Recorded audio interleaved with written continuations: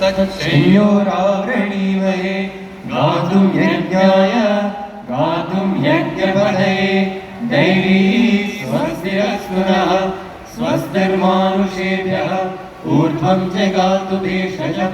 शन्नो अस्तु त्रिपदे शं चतुष्पदे ॐ शान्तिः शान्तिः शान्तिः ॐ सहस्रशीर्षः पुरुषः सहस्राक्षः सहस्रपात् स भूमिं विश्वतो वृत्वा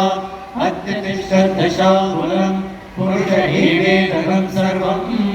यद्भूतं यच्च भव्यम् उदावृतत्वस्येषानः यदन्नेनातिरोहति एतावानस्य महिमा अतो जायादृशपूरुषः पादोऽस्य विश्वभूतानि त्रिपादस्यामृतं दिवि त्रिपादूर्ध्व उदयपुरुषः पादोऽस्येहा भवात् पुनः ततो विश्वं यक्रामत् शासनादशने अभि तस्मात् विराट् जायत विराजो अधिपूरुषः स जातो अत्यरच्यत पश्चात् भूमिमतो पुरः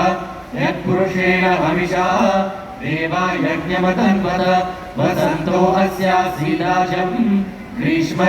शरद्धरि सप्तास्यासन् परिधयः त्रिसप्तः समितः कृताः देवा यज्ञं तन्वाणाः अवध्नं पुरुषं पशुं तं यज्ञं बर्हिषि प्रोक्षन् पुरुषं जातमग्रतः तेन देवा अयजन्त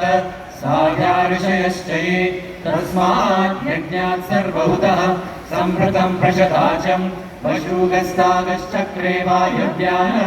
आरण्यान् ग्राम्याश्च ये तस्मात् यज्ञात् सर्वहुतः ऋचः सामानि जज्ञे छन्दांसि जज्ञिरे तस्मात् यजुस्तस्मादजायत तस्मादश्वा अजायन्त ये केचोभयाततः गावो जज्ञिरे तस्मात् जाता अजामयः यत्पुरुषं व्यददुः तदिधा व्यकल्पयन् मुखं किमस्य कौ बाहु का भूरूपादामुच्येते